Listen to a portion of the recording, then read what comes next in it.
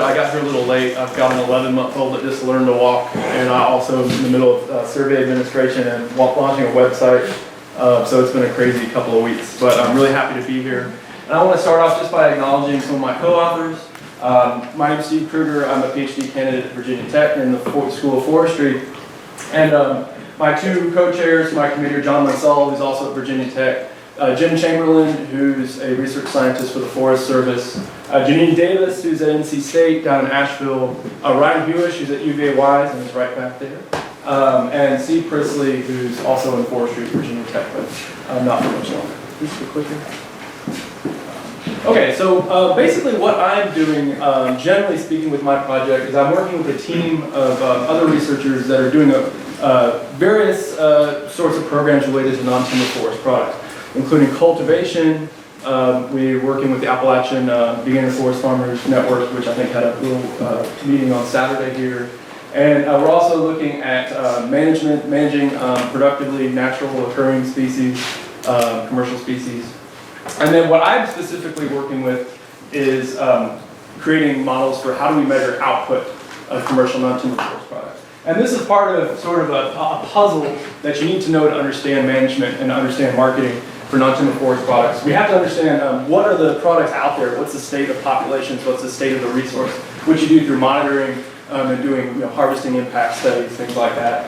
You have to understand demand, which is done through market research. And then what I do is look at harvest, which is sort of a function of output, or what we call output. So we do this by doing a survey. It's based on something called the Timber Product Output, which is done by the Forest Service. It's been done since the 1930s, and it measures timber production. So they survey sawmill owners and ask them some questions. What products are you buying? How much is being harvested? What's the value of those products? And where are they coming from? And so we kind of use this as a model and say, why can't we do this? We do this for timber. Why can't we do it for non-timber forest products? So we started off in North Carolina and Virginia, kind of locally, and we use ginseng dealers as a sample frame. Because most of the primary buyers in this region who would have some sort of an idea of where products are located,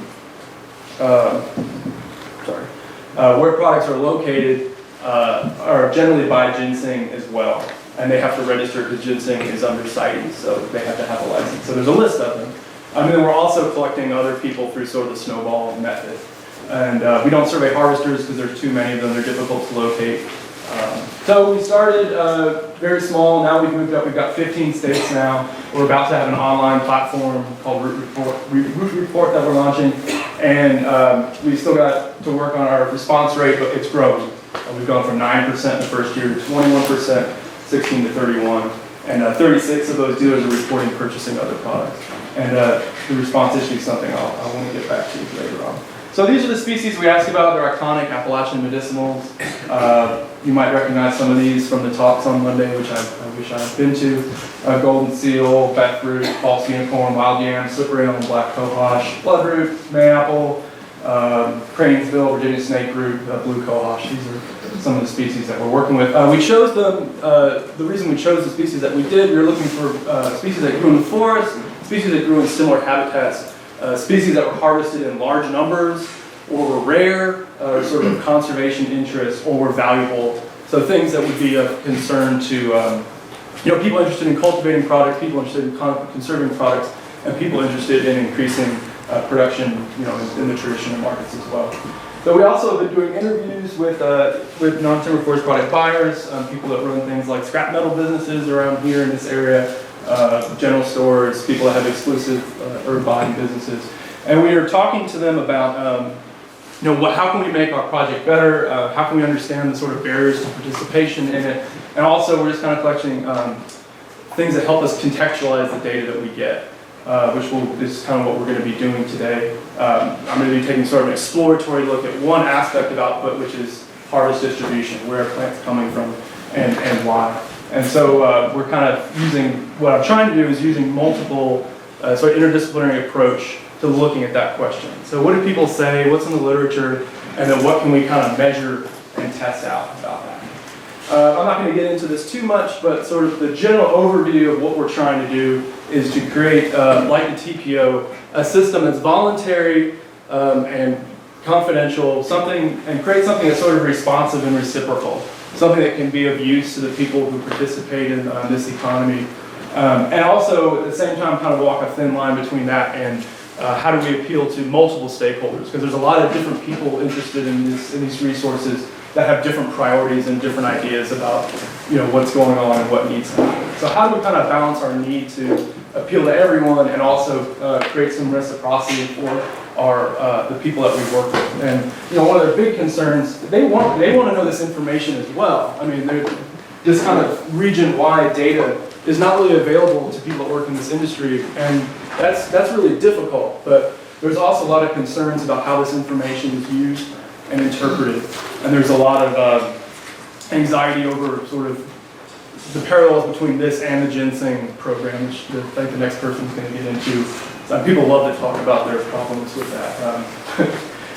That's something different. So just to kind of talk about how I got into this question, why it was curious to me, I started getting interested in ethnobotany when I was a public folklorist working in northwestern North Carolina. And everyone that I would talk to, no matter sort of what the life way was, whether it was music or food or craft, above the age of 50, when they were younger, they all harvested things like black cohosh, bloodroot, and sold it to the Wilcox Company, which was based in Boone, was one of the biggest herb buyers in the world actually at that time. It seemed like it was something very ubiquitous, and this is a long history in that particular area. Going back to the mid-19th century, you had people like Josiah Cowles, who in the 1850s was exporting things like lady slipper to England and New York. You had the Wallace brothers, which was the biggest herb business in the world, or at least in the Western world, in the during Reconstruction, and this kind of continued into Wilcox. And there's sort of a genealogy of businesses that sort of spread out from there. But even as late as the 1960s, this is from an article called the Geography of Botanical Drugs, they're still sort of saying this is the center, the Blue Ridge province of Appalachia, the center of herbal production. So I really expected that to be the case when I first started getting into this. Even though the Wilcox Company disbanded, the people that work for them still have aggregating root companies in the area. So I was expecting to see that. This is the Ginseng Distribution. This is from USDA data. You can see it's pretty widespread, but Western North Carolina is a major production area, and I expected to see something like this. But when we started looking at the products that we were surveying, we started seeing much more concentrated distributions. So, Western North Carolina, black cohosh, not really a big supplier. Bloodroot, a little bit more so, but still we're seeing this kind of close pattern. Coalfields, southern West Virginia, eastern Kentucky, far southwest Virginia, southern Ohio to a lesser extent. Golden seal. The similar distribution, much more compact than ginseng. Golden seal is a little more widespread, but we'll talk about some of these regions. So why is that? We're going to look at one plant in particular. 5 minutes left? Okay. Black cohosh. Relatively cheap plant used for, as we heard earlier, for looking at the symptoms of, or addressing the symptoms of menopause. And kind of what I wanted to do was say, how do we all look at this from our different disciplines? Ecologists will often say, this is about plant habitat. This is because of where the plants are, where they've been extirpated. So we tried to look at that. You can model ideal habitat. You can look at aspect. This is Central Appalachia. Tons of aspect variation, lots of forests, very small clearings for habitation. You have mining.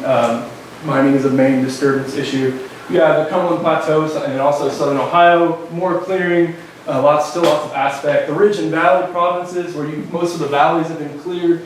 The forest land is more on ridge tops. And the Blue Ridge, North Carolina, where I was talking about, where it's still heavily forested, lots of aspect. We made a model for what we consider ideal forest type, which was done based on USDA forest type data.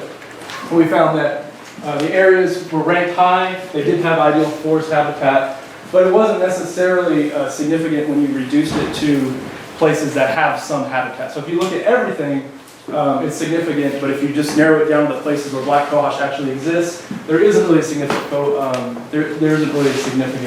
relationship with that. We also looked at land ownership and access. This is a huge issue in this area and in Western North Carolina. People think of Appalachia as being an area of small landholders. but in parts of Appalachia, especially where our concentrated harvests were, you have over 40% of the land being corporately owned, mostly by coal and timber companies.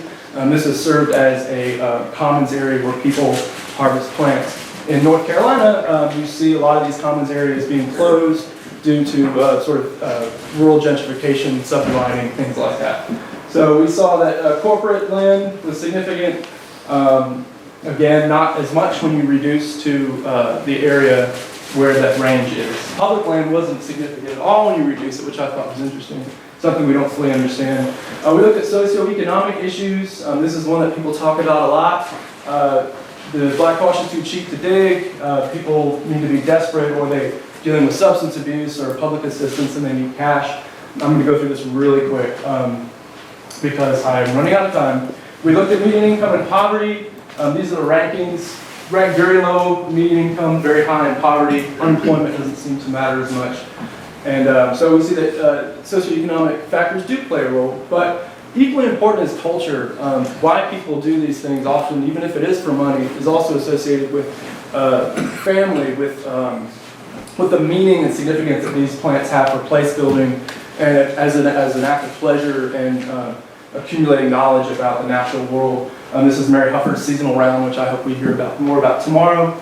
But again, looking back to North Carolina, we see that when people talk about this in qualitative interviews, they talk about a general lifestyle change that has occurred.